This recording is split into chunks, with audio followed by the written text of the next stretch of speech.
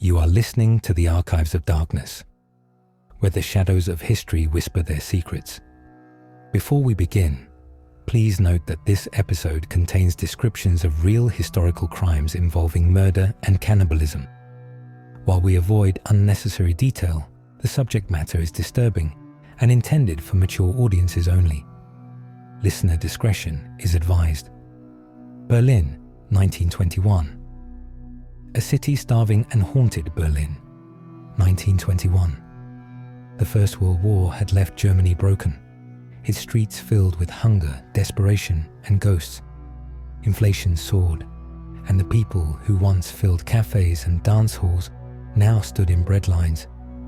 In this crumbling city, where human misery was cheap and life cheaper still, a man named Carl Großmann made a living off both.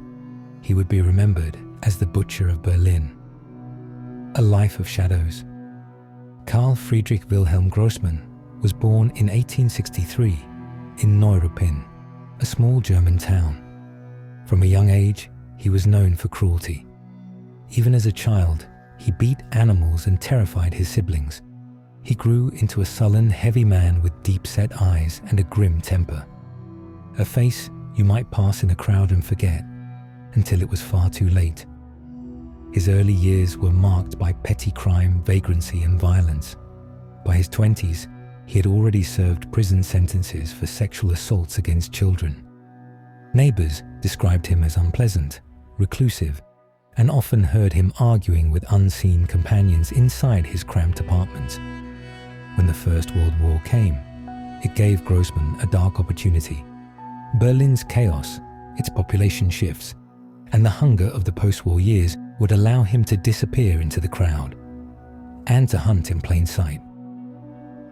The butcher's trade. After the war, Großmann rented a small flat at 88 to 89 Langestrasse, near a busy train station. There, he set up a meat stall, selling sausages and roast cuts to the hungry citizens of Berlin. His customers said the meat was surprisingly good, especially given how scarce food had become. But no one knew where it came from. Witnesses often saw young women entering his apartment, usually homeless girls, prostitutes, or those seeking work. Few were ever seen leaving. When police finally broke down his door in August of 1921, the smell was unbearable. Inside they found fresh blood, human remains, and a meat grinder still warm from use. In one of the most shocking discoveries in Berlin's history, Großmann was caught in the act, trying to dismember his latest victim. Rumors and reality. Almost immediately, the newspapers erupted. Stories claimed he had murdered dozens, even hundreds, of victims, that he sold human flesh as sausages to Berliners desperate for food. These tales turned him into an urban legend, a monster born of famine and ruin. Yet, as with all legends, the truth is harder to pin down. Police confirmed only a handful of bodies. Some sources suggest between 3 and 20 victims. Others say as many as 50. His confessions were inconsistent, his memory fragmented by drink and madness.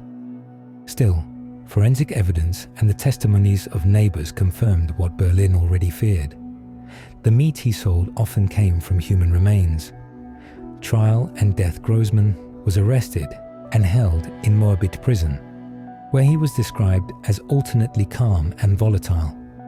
He refused to cooperate fully with investigators, speaking only to demand cigarettes or food.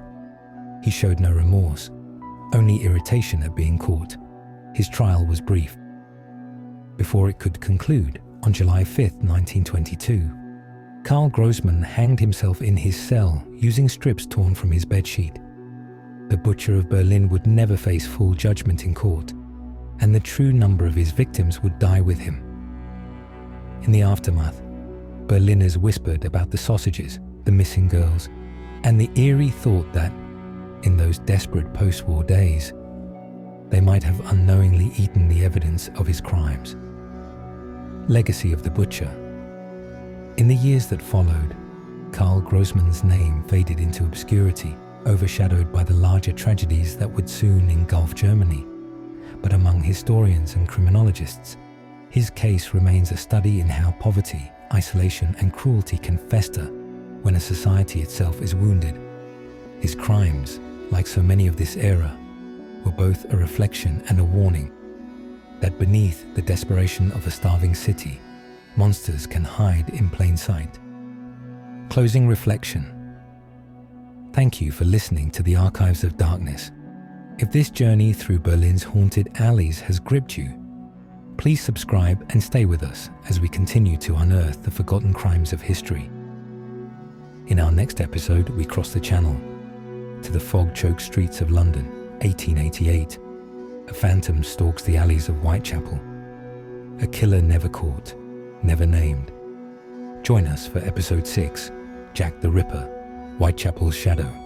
Until then, keep your light close. The darkness remembers,